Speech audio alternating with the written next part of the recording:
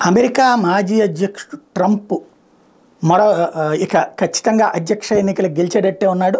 America అధ్యక్ష ఎన్నికల్లో Republican party అభ్యర్థిత్వం కోసం పోటీ పడుతున్న డొనాల్డ్ ట్రంప్కు వరుసగా రెండో విజయం లభించింది. గత వారం అయోవా రాష్ట్ర ప్రైమరీలో విజేతగా నిలిచిన ఆయన తాజాగా న్యూ హ్యాంప్షైర్లోనూ తన ఆధిపత్యాన్ని చాటుకున్నారు. మంగళవారం నిర్వహించిన ప్రైమరీలో తన సమీప ప్రత్యర్థి భారత సంతతికి చెందిన నిక్కీ హేలీని ట్రంప్ ఓడించారు. నిక్కీకి మద్దతుగా నమోదైన ఓట్ల శాతం గణనీయంగా పెరిగింది.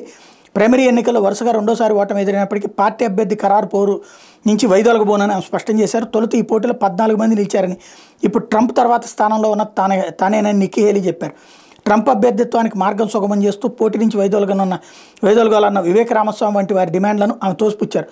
అధ్యక్ష ఎన్నికల్లో రిపబ్లికన్ల అభ్యర్థి డొనాల్డ్ ట్రంప్ అయితే డెమోక్రాట్ల చేతిలో ఓటమి తప్పదని నిక్కీ హెచ్చరించారు.